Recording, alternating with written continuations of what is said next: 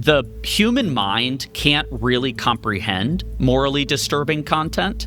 So what it does is it kind of pushes it down or shoves it away, or really at a clinical level, it tries as quick as it can to store it in the hippocampus, the memory filing cabinet of our brain. The harder thing with this population that shows up is how do you assist these people in turning off that fight or flight response? Typically that shows up at the nighttime when they're home with their spouse and their dog and their young child crawling around the living room, and they're still in go mode and hypervigilance mode.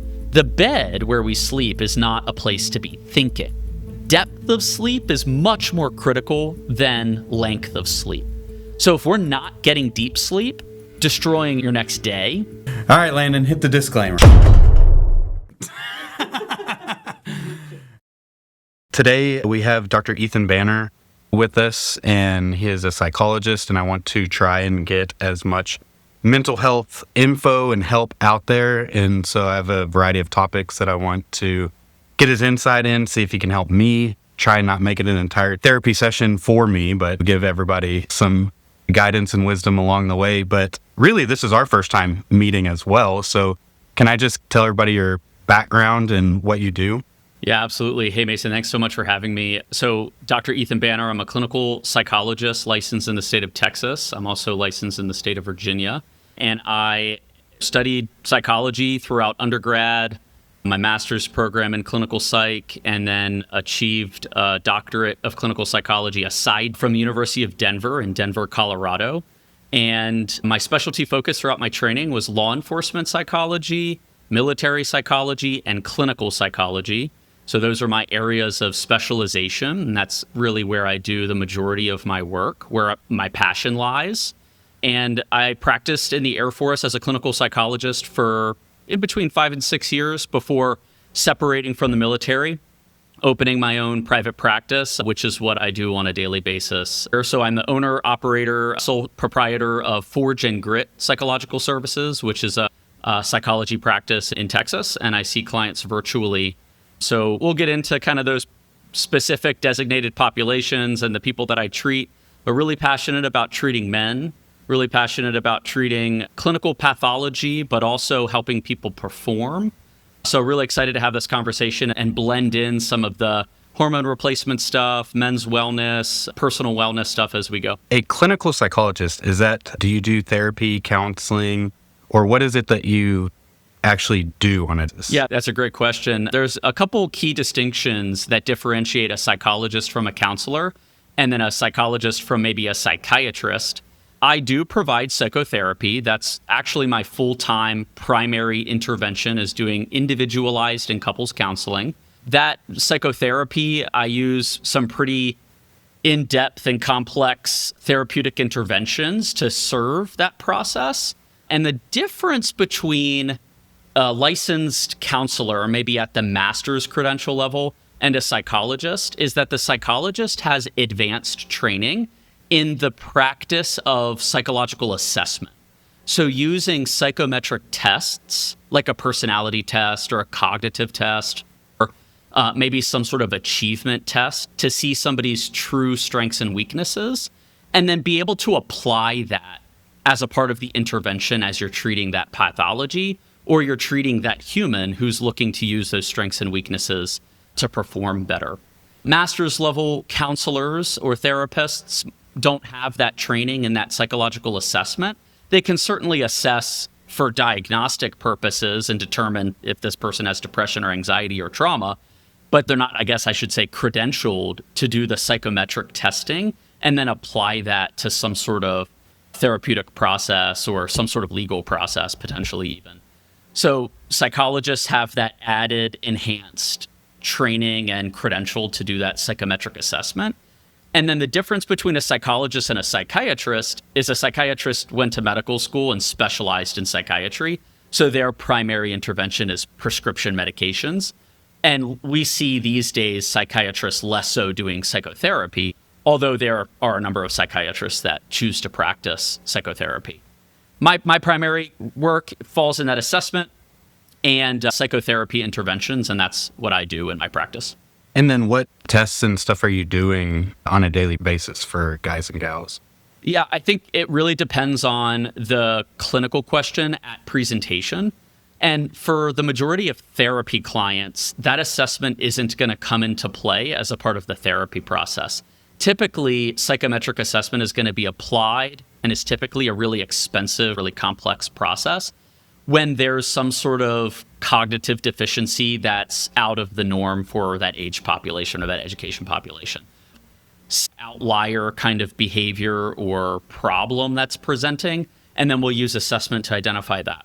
In the case of brain injury or in the case of injury of some kind, whether that be a fall or a stroke or some sort of cognitive event, then we'll maybe potentially apply neurocognitive assessment. So that would be more of like a neuropsychological evaluation to try to lateralize and find the particular spot that brain might be damaged. So if somebody has a stroke, you can start to see where deficiency shows up. Let's say, for example, language is lateralized to the left side of the brain.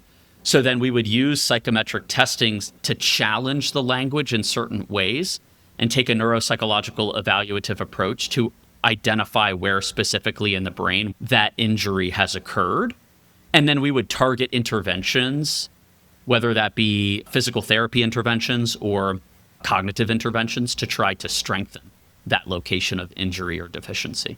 Cool. Typically, I guess to answer your question further, I want to emphasize that in my practice, I think it's most common that I'm applying personality testing, such as trying to identify some sort of personality pathology that would show up in dynamic interpersonal ways. So let's say, for example, somebody is struggling with intense anger or mood instability. Psychometric testing in the personality domain can help us identify what those characteristics are that are showing up and how to tease them apart or differentiate them from clinical pathology like symptoms of anxiety, for example, and then apply that to the treatment plan to intervene on where we can help somebody with those personality-based problems. So personality testing is most common. And then I also, as a part of my practice, can do intelligence assessment. So assessing somebody's intelligence quotient, their strengths and weaknesses in terms of cognitive capabilities, and then being able to apply that whether they're a college student in the classroom or if they're an executive for a company or an organization, being able to apply those strengths and weaknesses to their supervision or to their leadership or to the work that they do. Cool. And so you were in the military yourself, and you do a lot of, or you're pretty specialized towards like military law enforcement, those kind of individuals. What do you do for them, or what do they struggle with the most? Yeah, really broad question, but it's a great kind of plug. Initial graduate training, my specialty focus from the onset of me being a therapist and a psychologist was law enforcement personnel and military personnel. And throughout my training, I think I gravitated toward those interests predominantly because I could see myself maybe in those populations. I think if somebody were to ask me, what would you be if you weren't a psychologist? I'd probably say a firefighter or a law enforcement officer. So I had an interest in that to begin with. And I actually tried to convince my parents at age 17 for me to join the United States Marine Corps. My dad was a Marine. I had many family members that were in the service, and I felt drawn to that, not really for some big patriotic reason, but just because I felt like I was moving in that direction. My parents said hell no and dissuaded me from that. And looking back, I'm thankful for that intervention that they had. But I always had that itch to want to serve in the military. And then as I was in graduate school and learning about ways that I could apply mental health care, I discovered this realm of military psychology. So I decided, whoa, what a great opportunity to apply my interests and my fascination with military service and what was going on there, mental health standpoint, what was happening at the time in the world, and my training and my learning as a psychotherapist and as a psychologist. So paired those things together, and I really thoroughly started working to kind of support those folks. And as that interest developed, I think that another thing that was happening within me, another process that was occurring, was me trying to figure out, okay, as a psychotherapist, who do you want to support? What organization or what type of people, what category of people are you looking to influence? Most people think of therapists or counseling as being this female-dominated field, and it's touchy and feely, and it's wishy-washy, and we're going to meditate and sing Kumbaya and hold hands and do some deep breathing, which is all great stuff, right? And that's cool. There's a lot of that out there.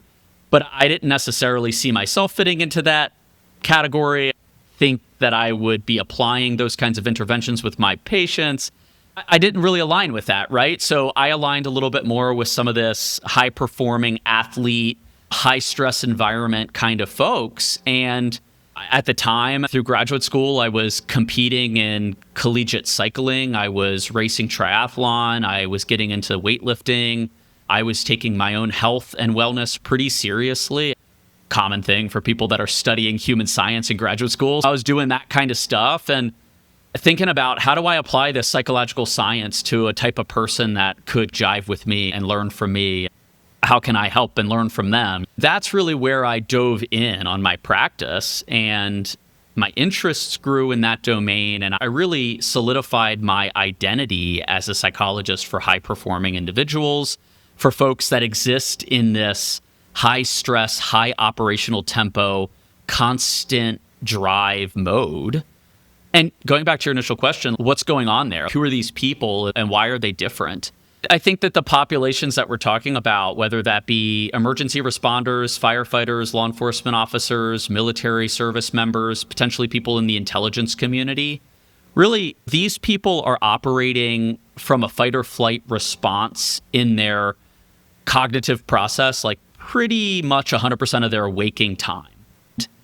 The biggest thing that I think we see show up for these high performers is that they have a lot of strengths. They know that they can manage the things that they have on their plate and they have elected to manage. So it's no question on whether or not they're going to be capable of doing it. The harder thing with this population, I think, that shows up is how do you assist these people in turning off that fight or flight response? How do you get that switch turned off? Typically, that shows up at the nighttime when they're home with their spouse and their dog and their young child crawling around the living room, and they're still in go mode and hypervigilance mode.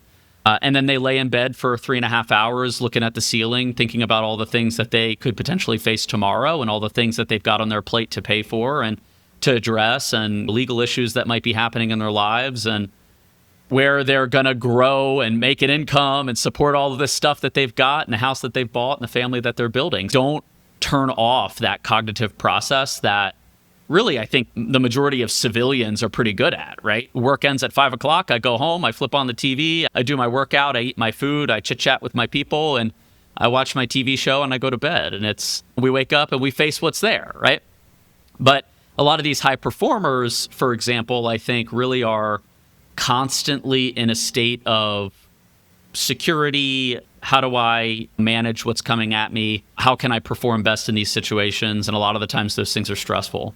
So they're in this advanced kind of fight or flight stage. So my work with them and what I'm doing with them is first and foremost trying to help them deactivate that system and then open the aperture on emotions, mindfulness, being present in the moment, not thinking forward and not thinking back, and opening the aperture on coming in contact with internal experiences, whether that be thoughts, emotions, sensations. A lot of the times I think these folks negate that, put that on pause, throw that to the back burner until they feel like, okay, I'm no longer serving in this role and I'm retired, or I've stepped away from this high intense job and now I can let that stuff come in.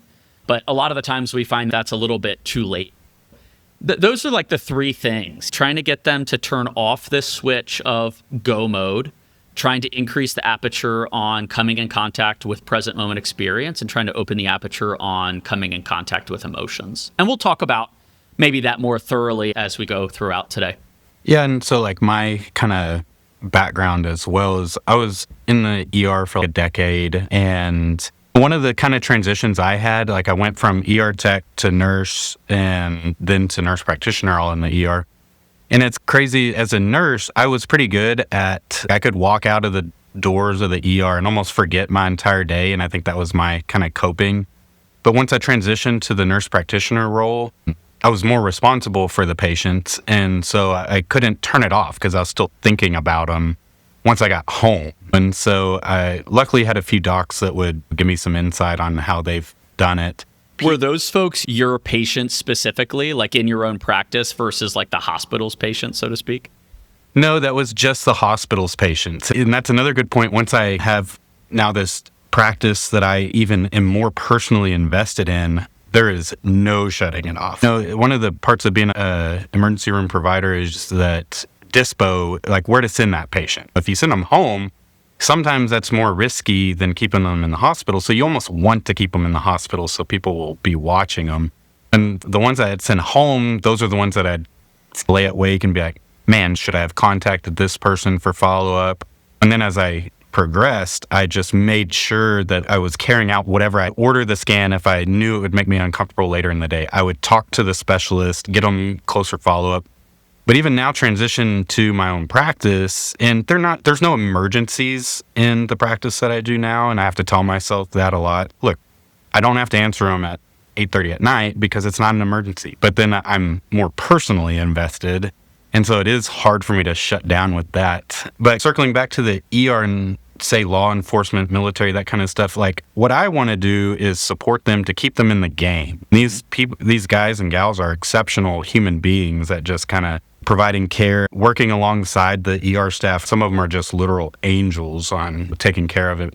Yeah. I want them to have as long as a career where they're fulfilled and happy for the benefit of humanity. And you're touching on making sure that they can be present and leave it. But if they do come to you struggling, they're starting to get that moral injury, that burnout, what are you diving into these individuals with? Yeah, it's a really good question. Let me go back a step and kind of just reflect what you're saying, right? You've got these folks that are susceptible to burnout. You have these folks that are seeing probably pretty disturbing things on a daily basis. And I think law enforcement officers, they're dealing with the worst of the community, right, if you will, and they're being called a piece of shit along the way, which is really unfortunate. First responders like emergency response and firefighters are typically like pulling dead bodies out of vehicles and scraping burnt human remains off of charred vehicles or homes or whatever, and responding to dead and drowning children, which is really morally jarring. Folks in the emergency room are dealing with both low acuity mental health distress and suicidality, as well as severe injury such as gunshot wounds, maybe accidental amputations, and all sorts of everything in between, right? So for those folks that are really employed in an environment where their constant stimuli is disturbing things. And maybe when we talk about the stigmatization of mental health in these communities, that's probably one of the things that the patient fears the most. I'm going to have to go talk about this stuff that's bottled up within me. I don't really want to do that. I don't really want to pull out that severe injury case and have to like see that again. Pull out that time that I was forced to shoot somebody to protect myself. I have spent a lot of time keeping that at bay, and I'm not really interested in opening the book back up to that. As a psychologist that's trying to help these folks, and to your point, keep them in the organization, keep their passion up for that position, the first approach is to help support them and normalize probably the process that's happening. And I think this is a good kind of learning moment and intervention for you. As you talk with these patients in your practice, one of the most helpful things you can do to get a medical patient to understand there's a mental health implication is just highlight the system that's happening or this process that's occurring. So when we talk about distressing or disturbing stimulus, the process that's happening is their brain is getting inundated with distressing content. The human mind can't really comprehend morally disturbing content. So what it does is it pushes it down or shoves it away, or really at a clinical level, it tries as quick as it can to store it in the hippocampus, the memory filing cabinet of our brain, and hopes that we'll lock that filing cabinet and never open it back up and never have to see or think about that again. Now, we know that the brain doesn't work that way, but that's what these people are trying to do on a daily basis. As a mental health practice, our goal is to try to normalize that system is happening and then communicate to them, hey, this is a survival process. This is what you're doing in an effort to try to stay focused and take the next task as it comes up, that cycle isn't going to work. And you're starting to see that's not working. And in the sense of trauma, why that shows up that it's not working, that filing cabinet gets unlocked and opened while sleeping and dreaming. When you're sitting at the dinner table with your spouse and you're talking about finances, your intrusive memories come out of that hippocampus. When you're responding to a call and you hear on the radio that there's a severe injury in a motor vehicle accident, that the person might be deceased, that's when those memories show back up, right? And those are inopportune times for those memories to show back up. And that's why the process of taking in morally disturbing stuff and trying to shove it away and not think about it and look at it doesn't work, because in the future hits us upside the head like a boomerang that we weren't looking out for. And it just happens to occur at the most inopportune situations that then distract us, keep us from performing, and get in the way of really being good at what we're doing. The interventions are, and I know I'm drifting toward this trauma perspective, and I'm not necessarily intending to, but it certainly makes for decent conversation about this. And when we're trying to intervene on that, when somebody is hesitant to approach the mental health space, our goal is not to first dive into that content. Our goal is to try to get people to understand what the value in coming in contact with these memories would be, what the value of coming in contact with emotions would be, how to develop more effective relationships with their thoughts. A lot of people have very inappropriate relationships with their thoughts. And those very basic skills, relating with your thoughts, coming in contact with emotions, being willing to come in contact with difficult, painful experiences, being willing to allow imagery or memories to come up throughout your life, those are the foundational skills that are going to be necessary for that when we choose and elect to go back to some of these like morally disturbing, distressful things, that's when we're going to be able to be more effective at that process and doing that in a therapeutic processing way. And processing in a mental health sense is really just repetitively reviewing and going back over and over past events in an effort to illuminate suppressed or underlying thoughts, emotions, or reactions to that stuff so that we can better sift through, categorize, organize, and encode that into our identity or in our memory so that we can use that more effectively when we go about life in the future. A couple things come up there, right? Processing, mindfulness, how to approach trauma. There's a lot that we're doing. Mason, I watched your previous podcast with other mental health provider, I think local in San Angelo, and some of this stuff was coming up too, and some of the stigma stuff, and why do people not seek care versus why do we need people to seek care? I want to emphasize that, like, when we're talking about high performers, breaking through stigma is important. Yes, there's probably more work that needs to be done there, and we don't need to get into that. There's a trend of change happening there. That's great. Mm-hmm. But mental health care with this population and with people, especially men, who are very walled off from this therapeutic idea, this therapeutic process, it's not this wishy-washy, ooh, let's get you to cry and become sad, and the more that we can get you to cry and become sad, then you'll be better and more effective. It's really trying to assess what the patient's strengths and weaknesses are. Where do they have a lack of knowledge? Where potentially is their motivation low? What are their values? What's important to them? What's their sense of purpose? How do we identify those things efficiently? And then how do we apply that to our life moving forward? And I think that's what a lot of my work is about, especially with men, young men, and high performers. Purpose, value, behavior change, lifestyle management, that kind of stuff. How do they implement it in their routine during a day? Do you have them do like mindful meditation? But how do you get them to now start working on that throughout their day? Yeah, it's a great question. I would argue I don't prescribe any meditation. I'm not a meditator. And since I don't do it and it's not my wheelhouse, and I don't find myself necessarily clinically or scientifically thinking that meditation is going to be this groundbreaking thing that people are going to make some sort of great change with. I just don't recommend it to my clients. It's not that there's not good space for that or good outcome with that. There absolutely can be, when applied in the right mindset and when with the right person. So I don't have my patients practice meditation, although I have used this term mindfulness with you here today. And that's a very different thing. Mindfulness and meditation are not the same. Although you can meditate mindfully, that's a thing, but meditation is not really in my practice at all. But to answer your question, what am I doing with them? Skill application in terms of learning a literal skill from me and then applying that behaviorally in your day-to-day life is really less the process of what I'm doing as a psychotherapist.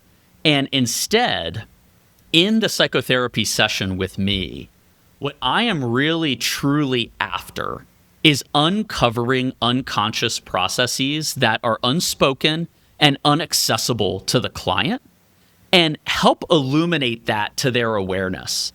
And then in between appointments, my primary intervention with my clients, what I ask them to do in between appointments is say, okay, we came to this realization and we illuminated this process today. We have developed an understanding about what's going on in your world and how this plays out in a systemic, kind of recurrent, structural, foundational way.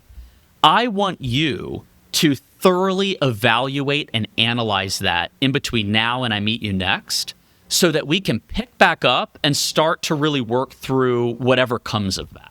Now, the interventions that I think come from the psychotherapy patients will automatically use in their day-to-day life are the relationship changes that they're going to make with their thoughts and emotions.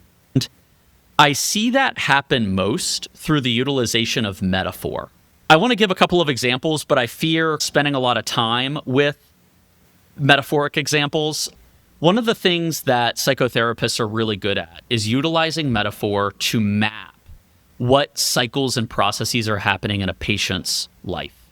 And as the patient shares behaviors, thoughts, emotions, and their interactions with that stuff, I like to apply metaphoric intervention with them to help them understand what's happening there. And then that metaphor is what they think about when it shows up and happens in real time. So that metaphor being a cognitive kind of pictorial understanding of what's happening with their thoughts and emotions is the intervention that automatically illuminates throughout their day-to-day life. And they go, oh, that's what Dr. Banner was talking about when he said this bus driver metaphor and the passengers on this bus as you're driving through your life. I think I have a plan to share that metaphor with you later. So let's put a pin in that. We'll bookmark that and we'll come back to it as we keep going. So something I do in my practice, just following up with them, I'm trying to cover the foundations of health. And so that's typically sleep, exercise, nutrition, and then mental health and stress management. It's the one I kind of brush over the quickest, but can be the most impactful. And so over the last 6 months or so, I try to make it a point every time I just do a check-in. How's your mental health? How are you doing? And then it's hard for me from there after we're doing labs, talking about their doses of meds, addressing this, that it's like, I want to check in, see how they're doing to see if I need to do anything about it. But then once they start opening up with me, it's hard from a time thing to where I'm like, all right, I think you would really benefit from therapy, working with somebody through this. What do you think would be the best way for me to ask about their mental health and even the next steps to now they start opening up, and what do I do with it now that I know that they're vulnerable and everything? Yeah, how do you ask that typically? I typically just straight, how's your mental health? I just want to check in with you so you're doing okay. Yeah. What do you envision the ideal answer from a client would be? And let's pretend that this client's struggling. Yeah. And so almost every time they'll be like, oh, I'm doing okay. And then that's just their quick, what they tell everybody. And then sometimes they'll be like, yeah, just everything's going good. And if they needed help, to just start saying, and every time just there's that little pause, it's like, is something you want to talk about? Is something that you're struggling with enough that we need to get you to therapy or anything? Or is it just a season of life? Or so to answer, what do I hope they say? Just it's just enough for me to catch that we need to address something, that something needs to be addressed there. Yeah, absolutely. And I think that probably why you're getting the, oh, things are fine kind of response is because as the patients in your office, they're not seeing you as being an access point for mental health care. And they don't have the mindset like, oh, here, Mason's going to potentially get me a good resource that I can get connected with a therapist. And another thing that I think a process that might be showing up there is that mental health is actually like really incredibly accessible today, right? Like social media is smattered with mental health content. You'll see advertising for mental health practitioners all over the place. Television has ads for BetterHelp and Rula and Headway and all these ZocDoc kind of places where people can find a good therapist. I would imagine that some people probably aren't diving into that because they know either where they could get that if they actually wanted to, and they're just not seeing you as being the person that's probably going to convince them to do that. Now, There's a couple different patients that are going to respond in different ways to that. Sorry, go ahead. Did you want to respond to that? No, I was agreeing. Yeah, like I've just agreeing with everything thus far. Totally. Yeah, and it's not that your question that you're asking isn't enough, but I think that there are some better phrasing that can get really to the root of the honesty of that question. It's not a wrong question. It's just too vague. And it's too vague for a patient who probably you're picking up something in their labs or in their demeanor or in their behavior throughout knowing them and meeting with them maybe on a weekly or a monthly basis, that there's probably not the answer. What I would recommend practitioners like yourself in a medical setting to do is take a much more targeted approach with that question. So I'm sure you have good intuition with your clients, right? So you might be asking that question to some folks, one, because you do it on a regular basis and you try to get that in annually or twice annually. But also probably with some clients is you're picking up on something, right? Whether it's a vibe in their emotional disposition or something they said before, life has been really stressful, or they've got a lot going on. You pull them from the waiting room and they say, oh man, I just can't catch a break anymore. And that's kind of what you need to pick up on. And then using that intuition, I would apply like a really direct question about whatever it is you picked up on. So you might say something like, how has stress been showing up and affecting your work? Or how has it been showing up in your workplace? So you're priming them to give you an answer rather than just saying yes or no to what you're asking, and asking a question that has like directed intent. So they might say something like, oh no, work's great. Like stress isn't really showing up in work all that much. And instead you might ask a question like, how have you noticed like you're feeling exhausted and fatigued and all this stuff impacting your relationship? So relationships is a really good place to try to tease apart some mental health distress. And like my fatigue and my low energy and my low libido has like really impeded my relationship with my partner. And then we've had some arguments about that. That would be a good place to try to get after some of that mental health stuff.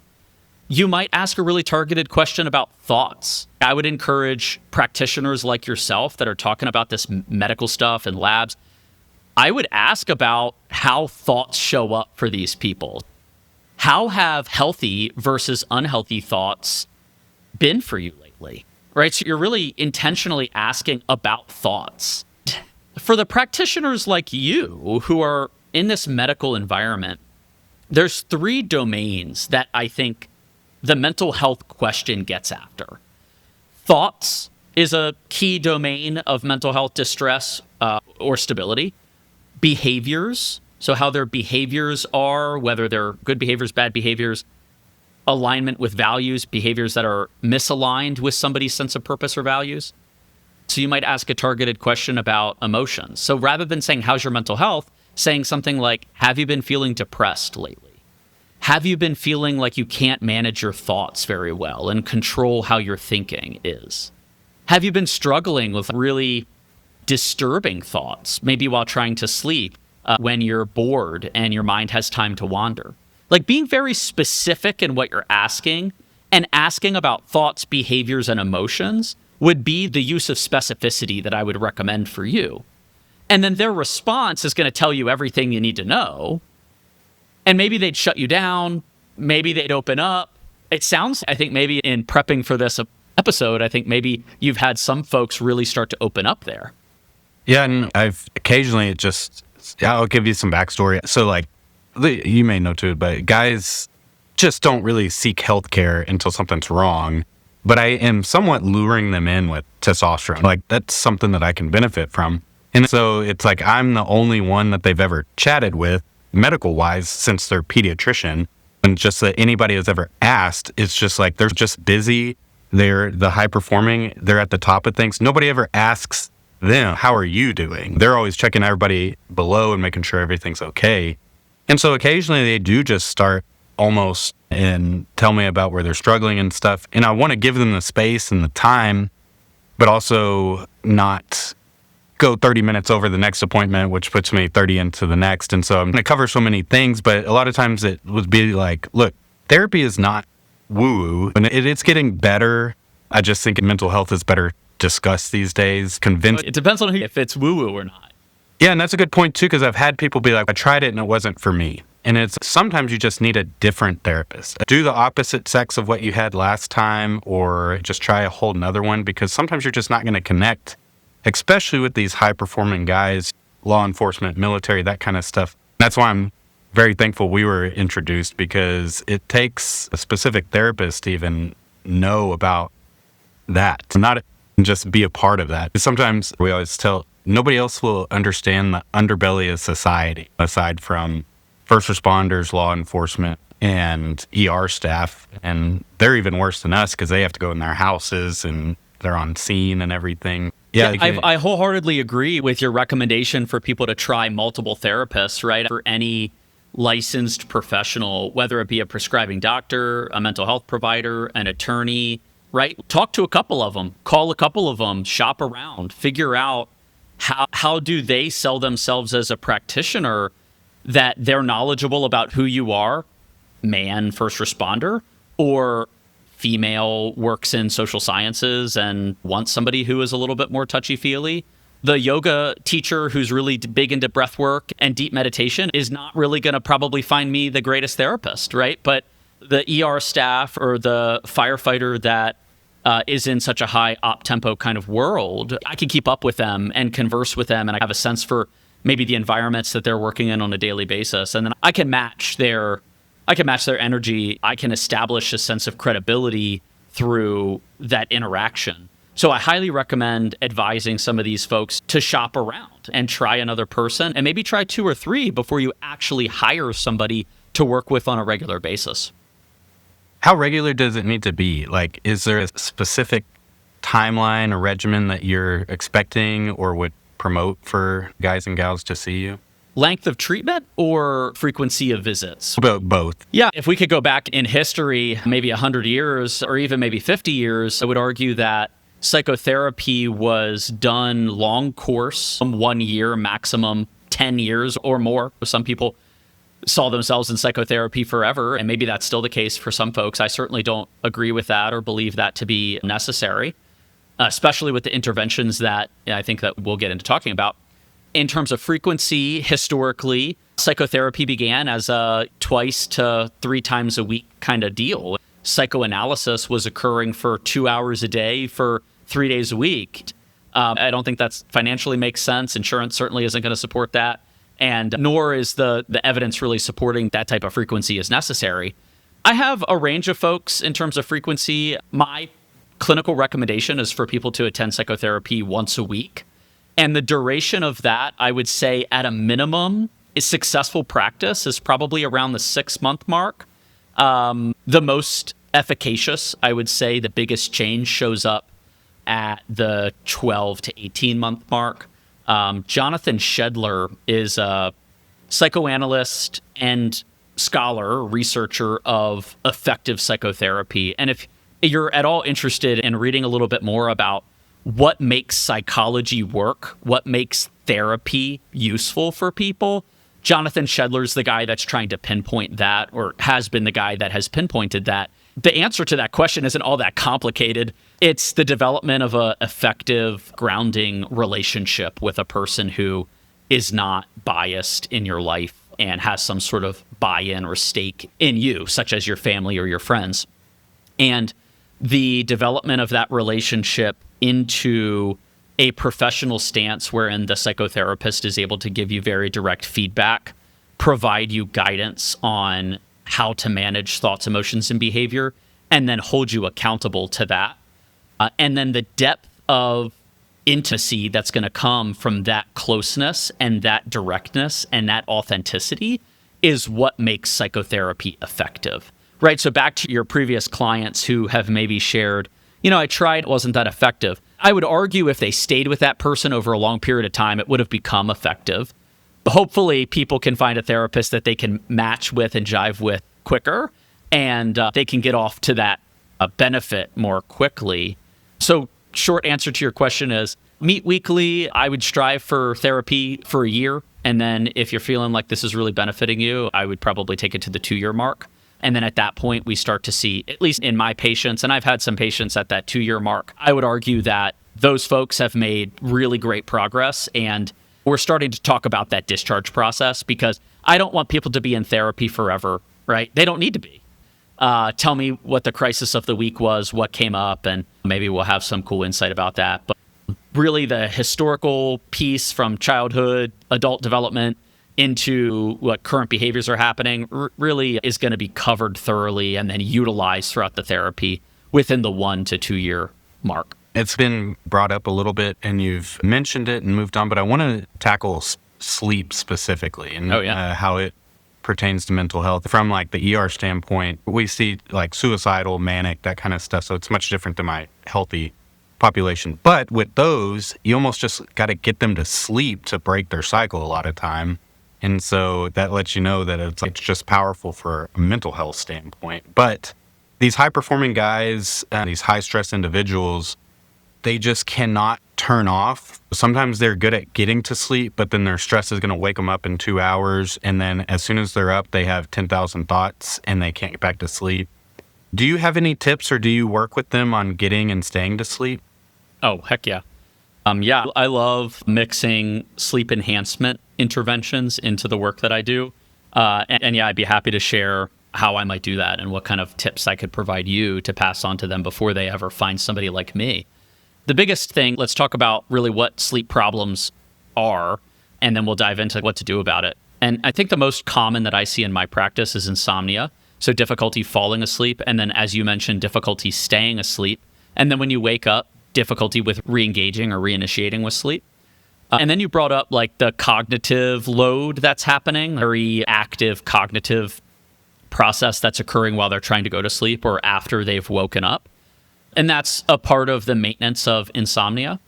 And then a lot of the times these clients have something like an apnea occurring, or maybe some hormonal issues that are affecting their sleep. And that's what you're going to be working with them to get sorted out.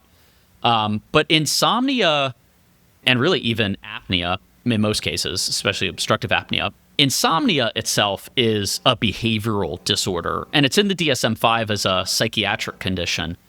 And it really doesn't have its root in biology, although, like I just said, some of that hormonal stuff might impact it and influence it.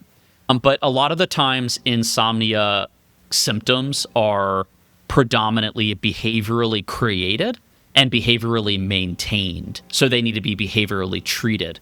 And what I mean by that is insomnia is typically developed from a process where somebody is using ineffective hygiene around their sleep that impedes the sleep initiation process, or they have inappropriate boundaries behaviorally with the sleeping environment and their awake environment.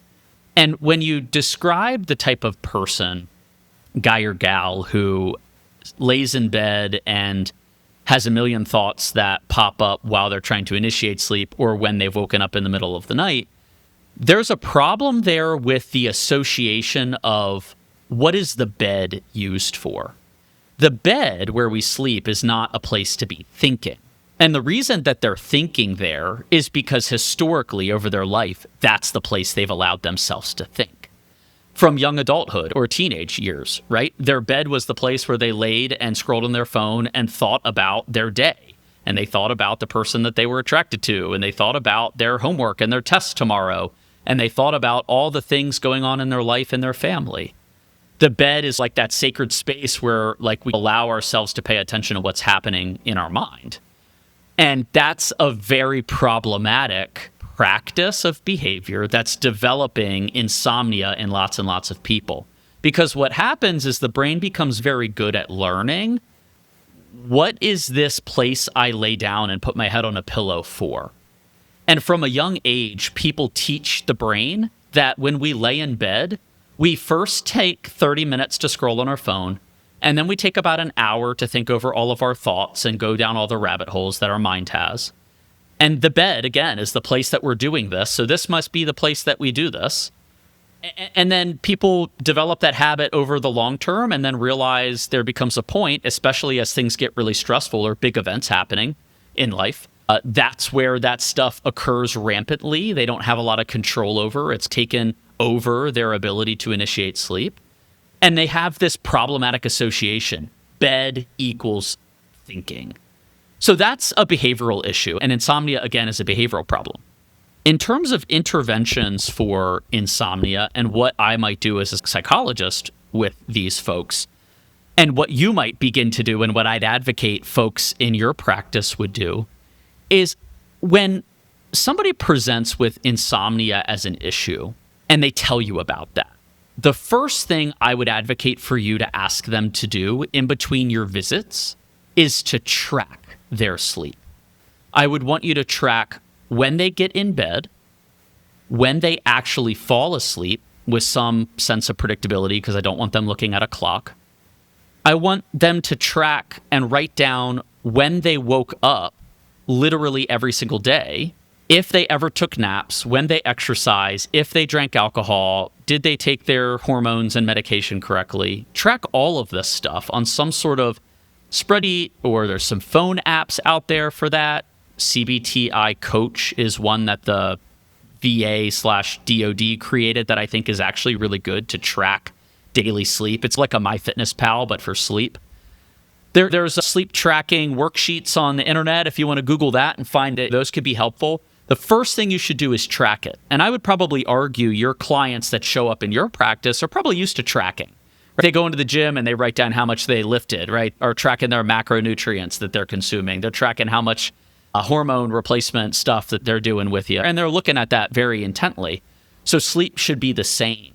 And I would advocate for you potentially to start as intervention number one, being track their sleep. And then when they follow up with you, look at that with them. What would you be looking out for when somebody brings up insomnia or sleep problems as an issue?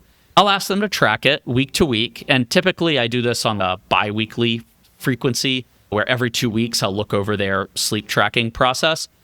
I'm looking for two things. One, I'm looking for inconsistency, both in their wake-up time and in their sleeping time. And I'm looking for the development or the reinforcement of that problematic association of doing awake activities like thinking or phone use in the bed, both at the front end of sleep and also on the back end of sleep. I'm paying attention to those kinds of trends or patterns, and I'll call them out as I go. The other thing that I would probably keep an eye out for is napping. And I would highly discourage napping, especially in somebody who is shift working or somebody who is prone for really long periods of daytime fatigue when they're trying to shift between a night shift and a day shift.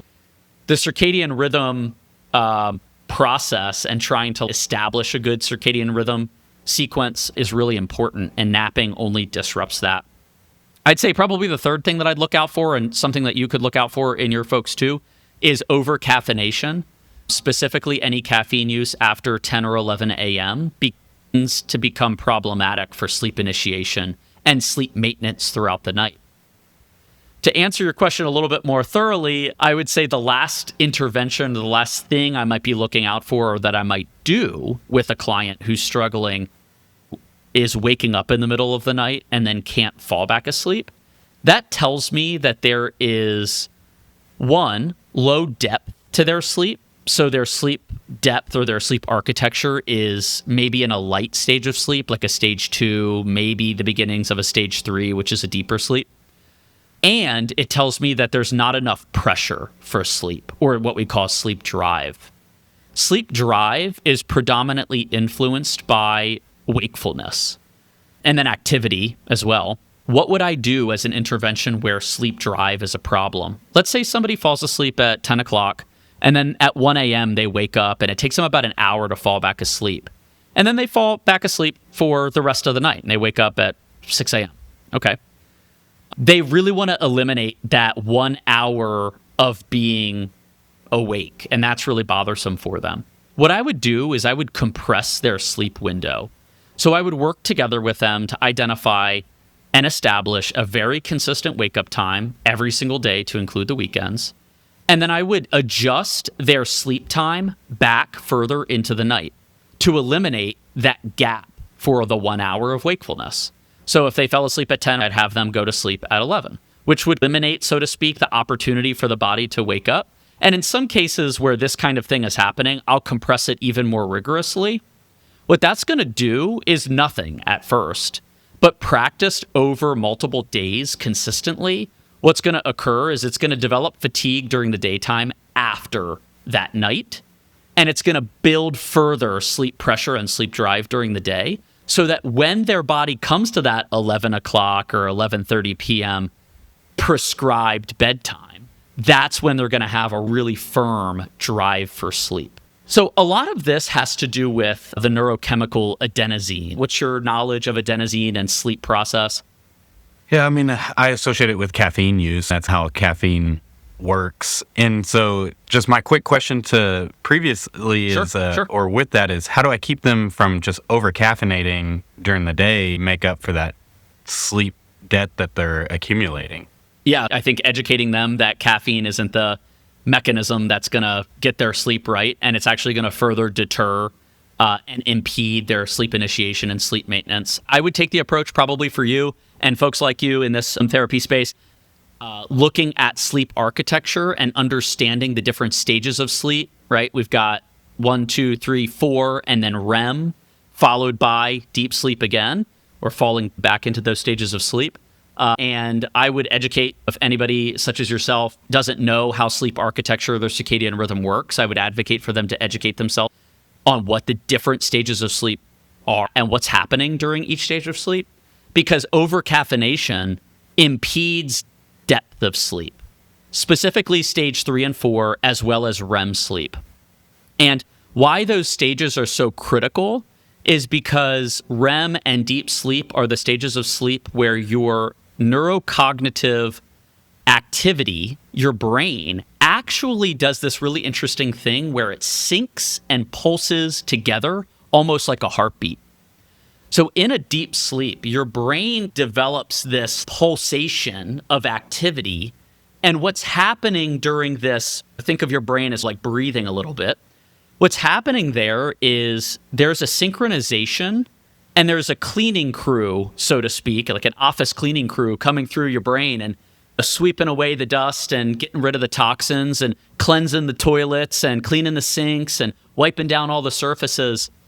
And your sleep is the mechanism of cleansing your cerebral spinal fluid, all that watery substance that holds all of your neurochemicals and really holds your brain in place, all the blood-brain barrier and all those things that are interacting with the chemicals in your body and the hormones in your body. Sleep is where that fluid cleanses out all of the toxins that might be built up. And what those toxins might be, I think in the scientific speak, probably would be cortisol, primary stress hormone, norepinephrine, adrenaline, especially in these high performers or these emergency responders, adenosine and cortisol, constantly in that fight or flight process. And then amyloid beta is probably the other thing that's building up a good deal. I start to get into some of this neuromodulating kind of stuff and I get a little bit lost. That's not really my expertise so much, but we have toxic stuff. Maybe you could put some terminology to that, but sleep, specifically deep sleep, is what's going to make that cleansing, cleaning crew process happen. And without deep and REM sleep, you're not going to get toxin flushing. So you could be in a stage 1 or 2 of sleep for 10 hours and think that you slept all this long time, but you still have this chronic buildup of really problematic neurochemicals or agents that don't need to be there and that are really creating fogginess or getting in the way of good neurocircuitry. And that's just going to create fatigue, a sluggishness, lack of attention and focus. So if I had somebody who was using overcaffeination as the medication for sleepiness, I would emphasize that pattern and that process to them to say, hey, hold up a second. Your caffeination here is actually further disrupting deep sleep. And deep sleep is what we're after. Many people think that we're after length of sleep or time, which I would advocate is wrong. It doesn't hurt to sleep a lot, and some people need to sleep a lot, and some people don't need to sleep a lot. But depth of sleep is much more critical than length of sleep. So if we're not getting deep sleep, destroying your next day, and that's the approach that I would take with those folks. Did I deter you from your adenosine explanation? No, what I find in my practice is a lot of people don't know anything about adenosine or have never heard of it, but they've all heard of melatonin. So I guess I was trying to maybe provide some education in terms of how caffeination and adenosine might interact and what's going on there. Jump into it. I'm game. Yeah. When we're talking about insomnia, one of the biggest things that I do as an intervention with my clients when they're struggling with sleep is I evaluate their caffeine use.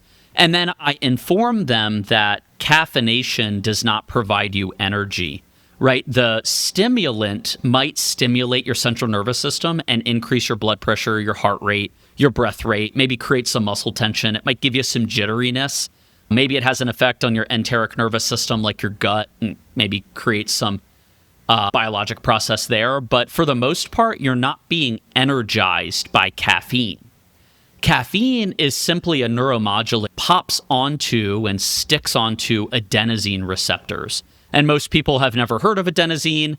If you haven't, then adenosine and caffeine sound pretty much like the same thing. It's because the molecular shape and size of it is the same. So adenosine is the naturally occurring neurochemical or the modulator in the body that we get from food or we get from muscles. Mason could probably tell us where adenosine actually comes from. Caffeine is not something that we have endogenously, like our body is not creating caffeine. We get that from the environment and we consume it, and it's a stimulant. It stimulates your central nervous system, but it doesn't give you energy. Caffeine blocks your brain's ability to perceive and get adenosine into those adenosine receptors. Adenosine being present specifically in your brain is going to make you fatigued or sleepy, I guess is the better term. So adenosine being high, and that typically we see that the most at nighttime, high levels of adenosine equals high levels of sleepiness. That's a good thing. We want that, especially at the end of our day. When we put caffeine in the mix, caffeine pops onto those adenosine receptors where we would perceive sleepiness, and it blocks the brain's ability to perceive I'm sleepy. It doesn't give us energy, it blocks sleepiness. The problem with caffeine in this equation isn't so much that it does that, it's more so like how long does it do that? So the half-life of caffeine is really long, and it's much longer than a lot of chemicals that we put in our body. And what the half-life of a chemical or a drug that we might consume is, how long does it take for our body to excrete or utilize, consume, and get rid of half of the thing that we used? And the way that half-life works is it's like a ratio-based thing. If we get rid of half of the drug in 5 hours, then it's going to take another half amount of time to get rid of the rest of the half that's left. In the case of caffeine, about a 6-hour half-life. So it's going to take 6 hours to get rid of 50% of that caffeine. But what's interesting about caffeine is it has an even longer quarter life. So it has a 12-hour quarter life, which means that caffeine that you've consumed at noon is still having an effect in your brain at 11 o'clock at night. So we have to be really careful with overcaffeination because if we consume it late in the day and it's blocking our adenosine receptors for hours on hours, we're probably caffeinating our body throughout the whole night, impeding our brain's ability to get deep sleep, further disrupting our circadian rhythm. The next day, we're going to feel like shit. What happens? We consume another Bang energy drink. We take 2 cups of coffee. 3 o'clock rolls around. We stop at Starbucks. And then the cycle continues, and we're off to the races doing that for the rest of our life. So my professional recommendation to people is drink all the caffeine that you want. Anything over about 600 milligrams is probably too much. You don't need. And by 10 a.m., I hope your caffeine consumption is done. That should get you through the day. And if it doesn't, I would advocate for you to go outside and take a walk and get in sunshine to wake you up, maybe do some push-ups. Would your recommendations be similar in that sense? I'll just out myself that I am the one that is like over caffeinating for sure. I used to alternate day and night shift in the ER, and I just straight up addicted to caffeine. And where I'm realizing the biggest impact is I track with this ring, and I can fall asleep easily because I'm just exhausted. But if I can track almost with the caffeine intake, my deep sleep is much less if I get caffeine anytime in the afternoon. And so I have to really be mindful to try and be done with caffeine before lunch, just as you were saying, to make sure that I get adequate deep sleep, or it's just not gonna get there. So I agree that much better to go outside, get some push-up, stimulate in other ways, right. But I'm just outing that I'm the population that struggles with it, because I just don't want to feel any fatigue. And that's coming back from the ERs. I just don't want to feel an ounce of tiredness throughout my day. And so I just kept it rolling. And now I really need to just give it a couple weeks and go through withdrawals or just significantly decrease to get much more acceptable levels. But I agree with everything. I just wanted to out myself. Yeah. And I appreciate you outing yourself. And I'll out myself too. Like yesterday, I had a cup of coffee at 3 p.m. and it's not great. And I know what that's doing to the detriment of my own sleep quality. But again, back to your patients, and even in your experience, I love that you're able to say, I'm able to like zonk out at night because I've done so much. I'm exhausted. And probably what's happening there is your brain has probably developed some additional and it's grown and proliferated enough of them where you're still able to get the adenosine that's there.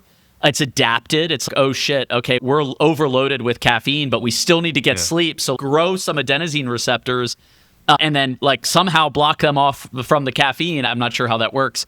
And then you get the adenosine, so you fall asleep. But to your point, your Ring, or in some cases, people's Garmin, or whatever sleep tracking mechanism people are using, it shows that your quality and depth of sleep is being impacted by that.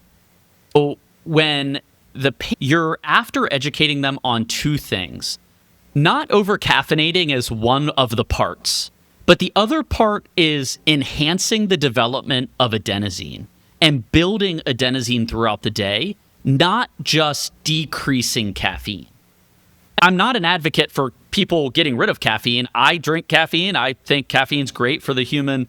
I think that I benefit greatly from it, and many people do. It shows up in performance in a lot of great ways. But think about, okay, if at the end of the day, Dr. Banner is telling me that I need a really good buildup, and I use my brain as like an example where my brain is a piggy bank for adenosine, and throughout the day, I want to do as much as I can to build my piggy bank of adenosine in my head so that my head is just full, my brain is just full of adenosine. And then what I would tell people is, how do you develop adenosine? How do you mine this stuff out of the adenosine mine?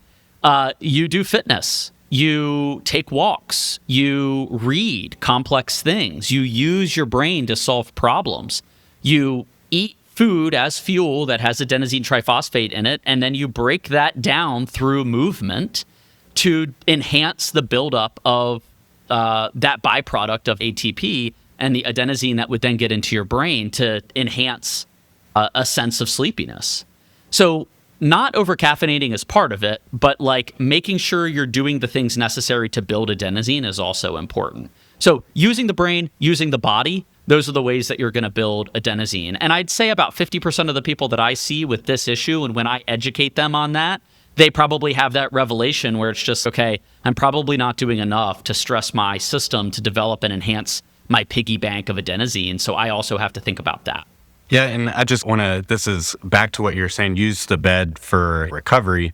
One of the things I tell people is it's the 3 S's: sex, sleeping, and sickness. If you're sick, you can recover in bed. Just basically try and use your bed for sex, sleeping, or sick so that your brain knows it's a place where you go and recover. And so I try to harp on that. Don't read, don't scroll on your phone, don't watch your TV. Once you're done, go lay in bed. And so that's where we recover. I want to elaborate on that, and I'll be brief. What I'll say about that association is I agree with those three S's, and a lot of people go to bed because they think they have a bedtime. Your bedtime is not the mindset of bedtime that you have. Your bedtime should be, when am I tired / sleepy? So if you're not sleepy, don't go to bed.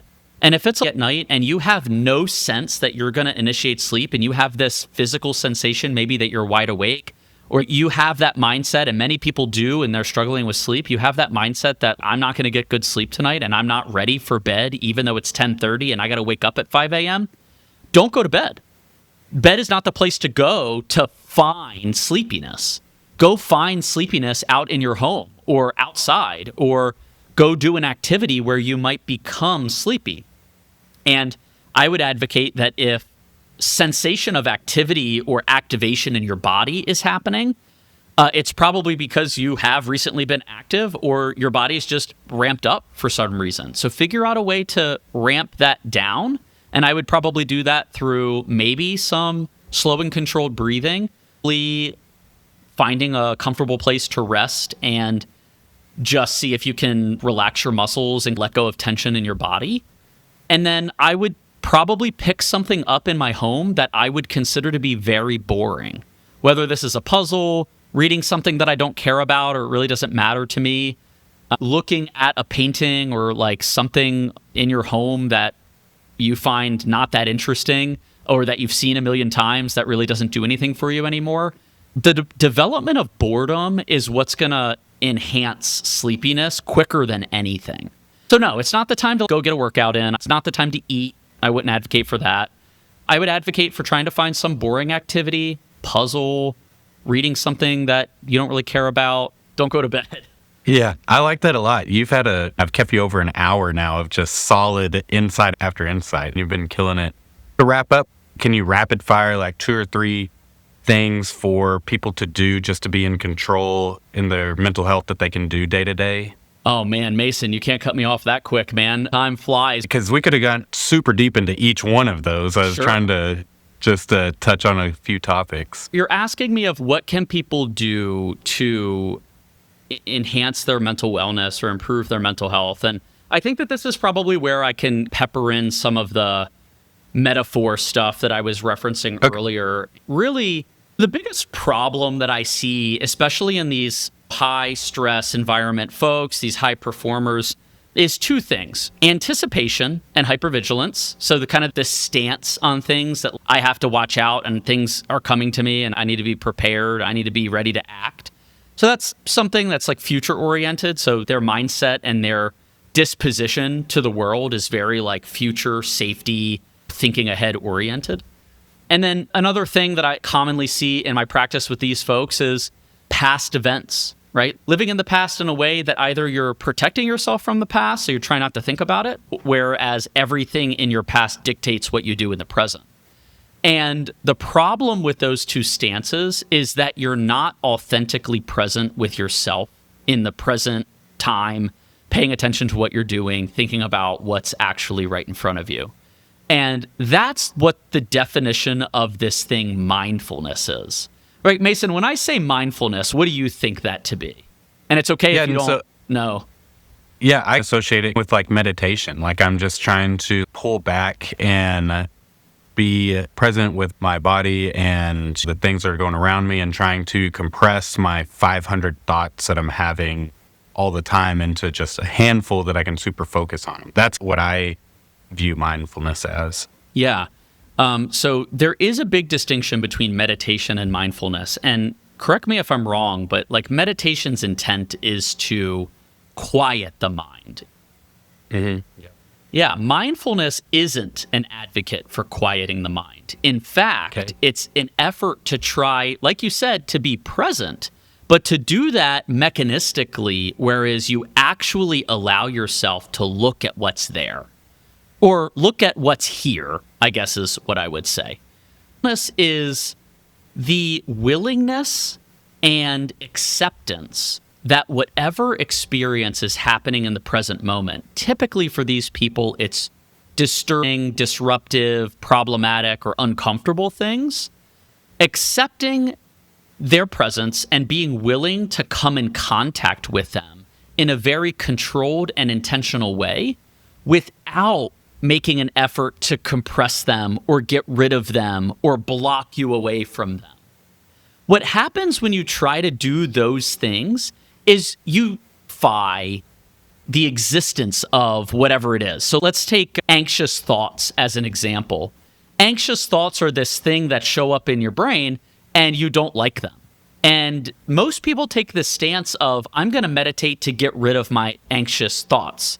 Thingify anxiety. So I'll use my water bottle here. Anxiety is this thing, and then they're over here, and anxiety has one side of a tug of war rope, and you have the other side, and it's this constant like manipulation and push-pull of like, I'm playing this fighting battle with this anxiety. So meditation might be looking at this thing and, okay, how do I like make this less noisy? How do I get this out of my frame? How do I get this away from me? Whereas mindfulness would actually be like taking this object, anxiety, and being like, how do I get it to come closer to me? How do I feel it to get a sense for what it feels like? And yeah, it's really uncomfortable, but what is this thing? And I can look in here and there's something in here and it has function. It provides me something. Mindfulness is the willingness to do that process. You might ask the follow-up question of why would we do that? Like, why would we let uncomfortable things in? Well, what's happening there is you're changing a relationship with the uncomfortable environment or the uncomfortable stimuli that you don't like. And if it's anxiety, you're letting that into your world. You're bringing that into your body. You're being accepting that it's present. So you let go of this tug of war battle that you're playing with these uncomfortable things, which will actually allow you to direct your attention and your focus and your energy to the more important things, whether that be your kid crawling around on the living room floor or your spouse that's in the kitchen cooking dinner, or pick up your phone and make a phone call to somebody that you care about. Changing the relationship with discomfort is the skill, mindfulness, that we throw that buzzword around all the time, but typically what people are doing. So psychotherapeutically, and not even psychotherapeutically, just like in life, people need to figure out one of the things that a professional therapist might be able to help them do. Figure out how to do that in a safe, effective, controlled, regulated kind of manner. And doing that takes a lot of time, practice, and diligent hard work that is not necessarily, things are hard and this is sad. It's very different and intentional behavior. And is it okay? Can I take 2 seconds and give a different metaphor? No, yeah. Take your time. Let's use this example of disturbing thoughts or anxious thoughts. I want you to envision that those thoughts in your mind, again, we're accepting through the practice of mindfulness that they're here. We're not trying to get rid of them. We want them here. In fact, we are inviting them to be here. So envision yourself standing on the side of a highway. And we're in Texas. Maybe we're standing on the side of I-35 in the Central Texas corridor, right? And there's a lot of cars on the road. This is a heavily trafficked highway. Our thoughts are like the cars on that road. Some of them are smart cars and they're driving down the road quite quietly and they don't really take up a lot of space. Other cars are really loud and they have big, intense engines and they make a lot of noise and they connect our attention with it and we see it and we look at it and we're like, oh, wow, look at that. Some of them are like 18-wheelers where these big tractor trailers driving down the road, mean and aggressive and taking up a lot of space and very obvious. We see them. If you're standing on the side of I-35, Mason, would you jump out into the road and try to grab a hold of one of those tractor trailers or grab a hold of one of those sports cars going 70, 80 miles an hour? What would happen if you did? It would be detrimental. Yeah, you'd probably get hurt, right? Yeah. You'd probably get really wrapped up into some sort of event that, you don't want to get wrapped up in. And you probably won't come out well on the other side. So if we take this metaphor and think of those cars on the side of this highway that we're metaphorically standing on, and if we try to reach out and grab a hold of these cars that are flying by, we're going to get hurt. And our thinking is just like that. Where if we have this very, we're going to step out into our thoughts and manipulate them and try to compress them and get rid of them, we have a risk of potentially getting hurt in that process or having a bad outcome in that process. So what I'd advise people to do instead on the side of the highway of thoughts is pay attention to those thoughts. Look at every single one. Be willing to have them show up and bounce around in your brain. Thoughts are just electrical impulses that are sporadically happening, and your frontal lobe is connected to your language center, and there's words to the things that are bouncing around in there. Those electrical impulses aren't going anywhere. They don't go to a different part of your brain and enact some sort of change. You don't have to do anything to them or with them. So metaphorically, stand on the side of the highway and maybe look at the thoughts go by, but don't step out and try to interact with them. Just let them keep driving. They've got somewhere they're going and they have a place that they're trying to get to. So just let them do their thing. And you don't need to get entangled with them, try to manipulate and wrestle with them. You can observe them and welcome their presence and let that be enough, because soon enough they'll disappear and they'll not be there. Now, if those thoughts are really intrusive, let's say like the 18-wheeler, for example, it's really mean, really big, really scary, dangerous car on the road. Maybe it's carrying like a bunch of fuel that could explode, right? You're definitely not going to want to latch on and try to jump in front of that thing because you're probably not going to stop it. But wherever that's going is probably not where you want to go, right? So if you latch onto that thought and try to jump on and ride that ride, it's probably going to take you a way that isn't really aligned with where you're trying to travel to, where you're trying to get in life. So I wouldn't advocate us try to manipulate the fuel tanker driving down the road. Just observe it, see it drive by, and let it go. That's the practice of mindfulness. Very different than meditation. Gotcha. So I have so many of these metaphors I love to share. Meditation, the highway metaphor out. We will have to continue this, but maybe. Yeah, I'd be pumped because, again, we could probably just go the exact amount we just did on any of the other topics. And so we'll definitely get you back on, re-expand on everything. But if this resonated with somebody and they want to reach out to you and work with you, what's the best way to get in contact with you? Yeah, I appreciate that plug. I would direct people to my website. Grit Psychology is the name of my practice. My website is drethanbanner.com. And Mason can put the link in the comment section or the bio here. That's the best way for anybody that's interested in a clinical representation or clinical support to go. You can go into my electronic healthware software and verify insurance to see if your insurance is good for me. I take private pay as well. So that would be the quickest way for people to get on my schedule. They can set up an account and book an appointment. They call me. I have a business phone and folks can call me there. That's an easy way to get in touch with me as well. I'm licensed again in Texas and Virginia. So if you reside in one of those places and during your care, you'll be located in those places. That's really where I practice. And my practice is telehealth. So I'll meet with my clients right here. This is the environment that I work and where folks will see me. And if you fit into that category of high performer, first responder, law enforcement officer, or a civilian that you think that you could benefit from some of this stuff, or I might be a good fit for guiding you in your life and your values and in your purpose in a way that kind of really aligns with where you're trying to go to support and work with you. You don't have to fit into those military, law enforcement, first responder communities in order to see me. So I'm good for all of that. Cool. Man, thank you so much for your time. You freaking killed it. You had insight after insight. And I don't even know how long we've been going. I know it's over an hour, but just solid info. And I very much appreciate your time. Thanks for coming on. Yeah. Can I just ask a quick thing? Do you feel like this would resonate with practitioners like you? Do you think that there's good material here that hormone replacement therapists and nurse practitioners doing this kind of work can benefit from? Yeah. I wish it would be more mainstream for every primary doctor out there to talk about it and everything. Yeah. I think every wellness, PCP, really any part of healthcare, but those would be the ones I think would really benefit from expanding their practice and being more comfortable talking about mental health. Yeah, for sure. And as this stuff comes up throughout the interventions that you all are doing and you're doing your mental health check-in, I think that the best way to treat that as a medical practitioner is to reflect whatever you're picking up on, acknowledge that's important, and close by saying, I value your mental wellness. I only have 5 minutes to have this conversation with you.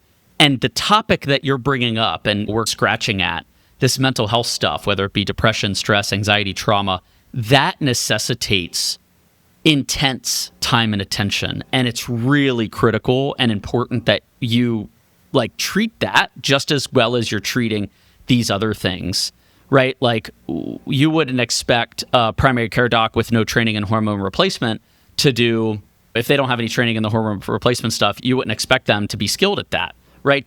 Practitioner to be skilled at the mental health stuff, right? Acknowledging for them that it really deserves time and attention, and then ask them to attend to it.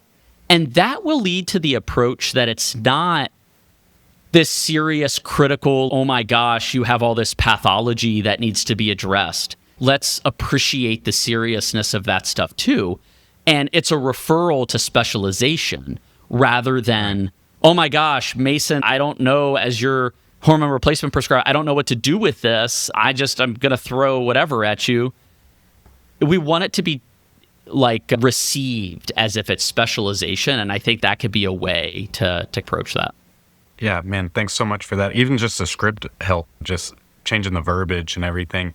And acknowledgement, I think, is a big piece of that too. We need to dive deeper into that, and I just don't have the training nor the time to give you. So let's get you the specialists that can give you the best outcomes and everything. So exactly, man, great insight. I appreciate it tons. And thanks for your time coming on today. We're definitely going to have another part to even dive deeper in some of this stuff. Look forward to it, man. Thanks for having me. It's been fun. Yeah, man. We'll talk soon.